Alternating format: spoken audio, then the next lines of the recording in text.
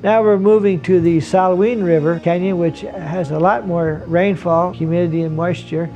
This is one of the traditional villages in which some of the Pygmies do exist to this day.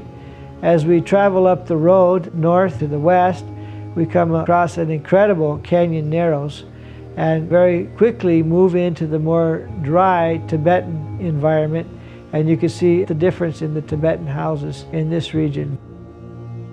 Very dramatically humid in higher narrow areas.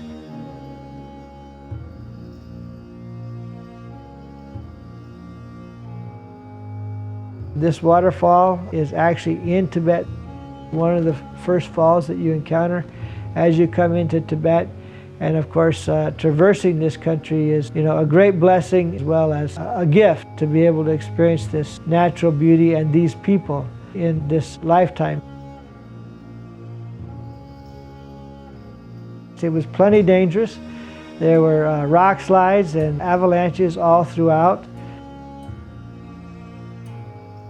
Many scenes such as this on the Salween River reminded me of other canyons in the world, particularly Copper Canyon, Mexico.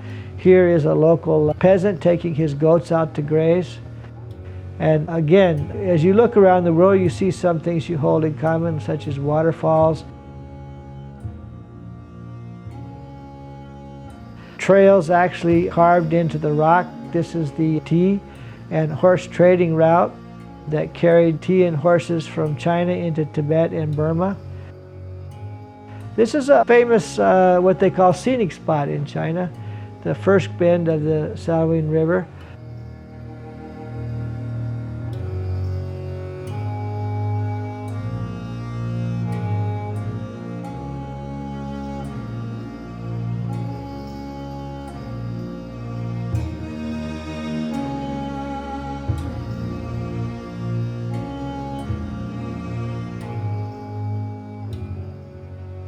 This is the famous area where the flying tigers flew over the Burma hump.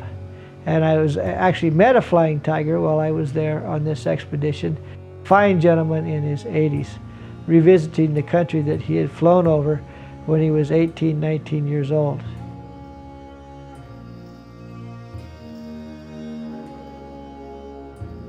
Today, of course, the terrain is still very wild and treacherous. This is a huge landslide that comes right down to the river.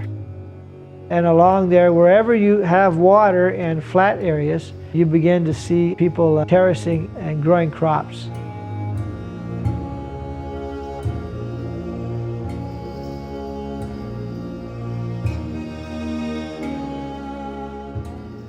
This is maybe the valley that the Tyrone Pygmies first came from before they migrated into Burma.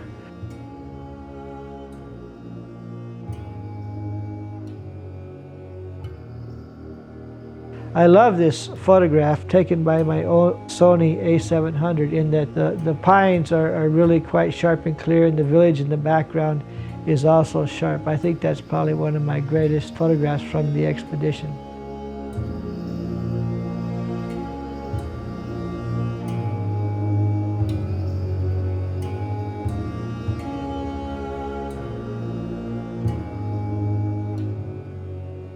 Economically there, it's sad. They're doing a lot of tree cutting, of course deforestation, but the local people need jobs. These are Tibetan folks cutting these trees and turning them into firewood. And you can see from these use, life is not easy in these lands.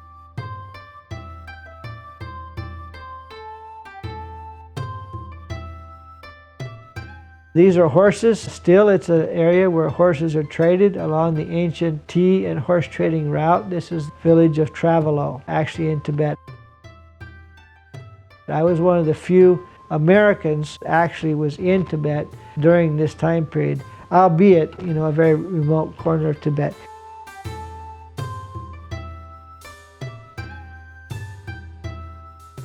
And the most surprising things you see along the road, the joy of being a photographer and having these opportunities.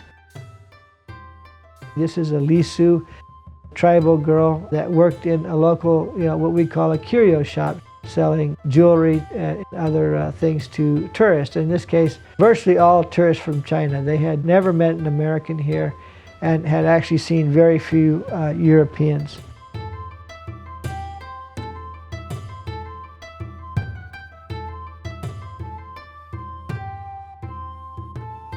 Market scene on market day. Each village has a market on a specific day. People come to town to sell their goods. A wonderful experience for photographers to see the character and the beauty of the people. Their costumes, again, this is not something they're doing for tourism. This is something they do in their everyday lives. Throughout the region, I began to meet very small people that would qualify as pygmies and began to photograph them. I wasn't able to reach the main area because of heavy snowfall where the main body of the pygmies exist, but I was able to document enough very small yet healthy people that qualify scientifically as pygmies to know I was on the right track and in the right area. And when the snow clears in May, I'll be back again. Being able to interact with and photograph folks like this is a real blessing, I feel, and certainly a thrill of a lifetime to catch these images of people in their natural lifestyles. I had originally thought that these folks were quite small because of years of hard work, but in fact, they are pygmies.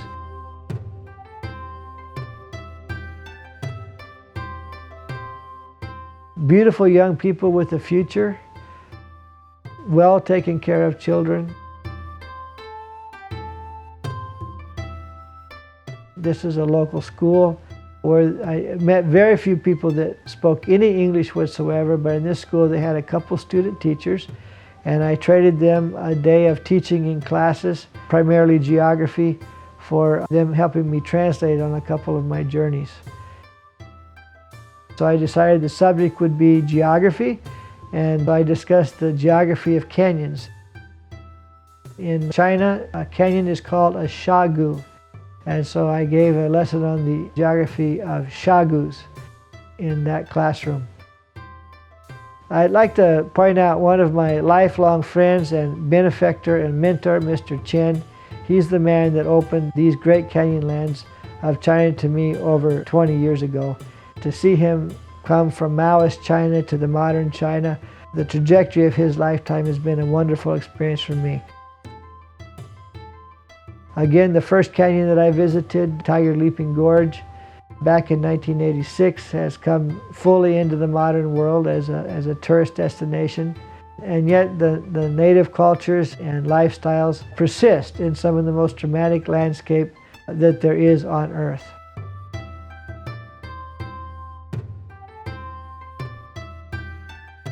Beyond this photograph is my goal on the next expedition, which will occur now in just a few days, probably less than a week. I will be departing for this area of Tibet.